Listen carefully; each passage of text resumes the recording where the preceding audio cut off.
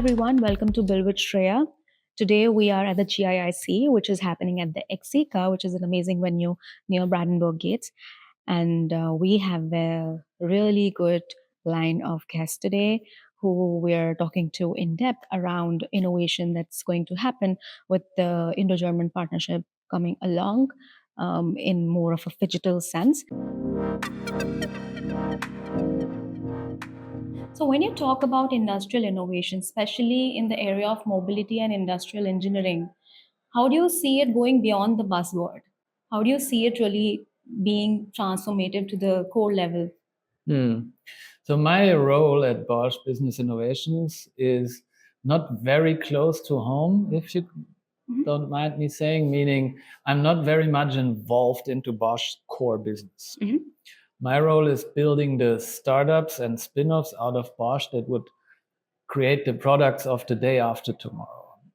So when it comes to mobility, obviously it's a big transformation happening at the moment globally. But this, for example, is an area where I'm not even active. I'm thinking about what comes beyond mobility. In the space of manufacturing, I believe we see only the tip of the iceberg at the moment of what we call software-defined manufacturing. Yes. So this is actually the not only the coexistence, but the blending of software and manufacturing. Great. So, do you see any new age ideas that you're really excited about in the startups that you're supporting right now within Bosch? Well, at the moment, there is a big interest in one of our portfolio startups, which is a digital twin startup, which comes out of India, in fact. But then we have relocated to Germany recently. This startup sees a lot of traction in the market at the moment. Why? Because it combines the best of two worlds. It combines the amazing AI modeling that we got out of the India organization of Bosch. Very strong AI models that are the foundation of this digital twin. And then on the other hand, it combines this with the physical world that the traditional Bosch business is grounded in and is very strong in. So what we have here is a digital twin of big industrial assets, like let's say an oil or a gas or an energy plant or field that would use this twin to basically increase their uptime and the stability of their systems. In both ways, it's a physical and AI model. We call it a hybrid digital twin. And this is what we can see at the moment is very unique globally.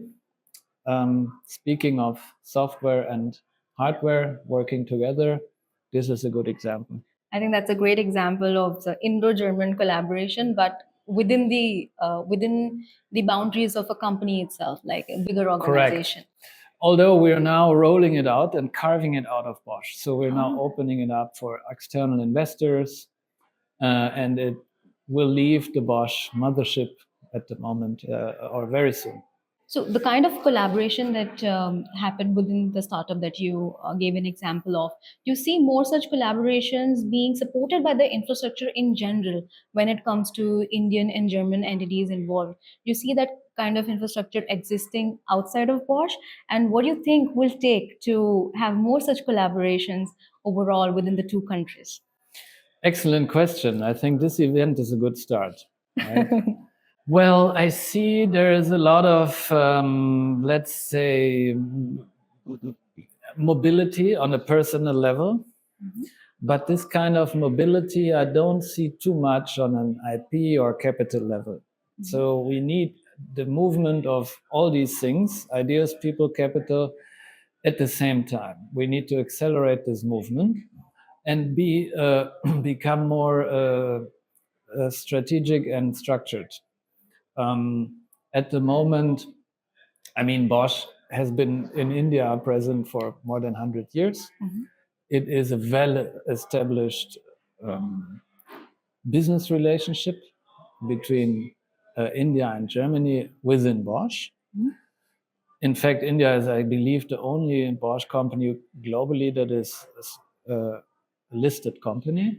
So, as you mentioned, an example of an Indian startup within Bosch sort of relocating to Germany. Mm-hmm. Do you also see examples of companies in Germany relocating to India?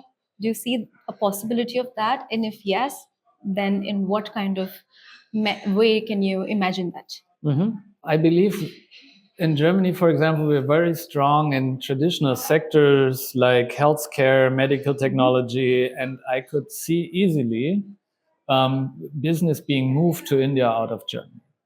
Why? Because especially when it comes to in healthcare, when it comes to personalization and basically softwareization, this is where India could be come into play. So in this area, I see a lot of potential to go the other way. So, building innovation in a large organization is far from easy. You know, you're not just creating or building a new idea, it has to interact with existing systems, right? So, how have you made sure that the startups or the ideas that are incubating within Bosch are able to interact well with the existing systems within Bosch? Mm. Well, every company has to find their own way of doing this. At Bosch, the ambidextrous model has been chosen, meaning there's a clear zone where core business is happening. Mm-hmm. And in my case, there's another zone where we do these, what we call beyond innovation topics. Mm-hmm. And we have decoupled those quite a lot.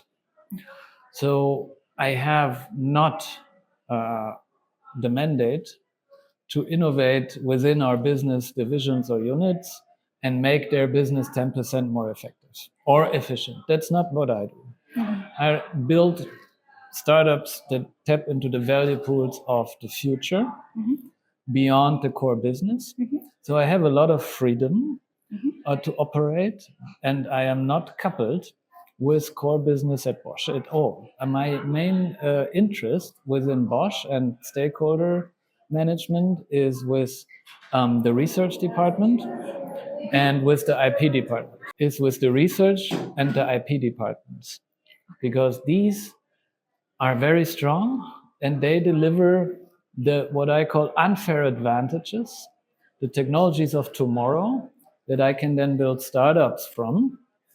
And this is the way we do it, but every company has to find their own way. So what you see in a startup when you decide, okay, you know, this is something I want to support? What are the key elements in terms of the founding team, in terms of the technology they're using, the IP that they have? What is it that you look for? Startups are a risky business. Yes, of course. So every investor and myself too, we're looking to de-risk as much as possible. Mm-hmm.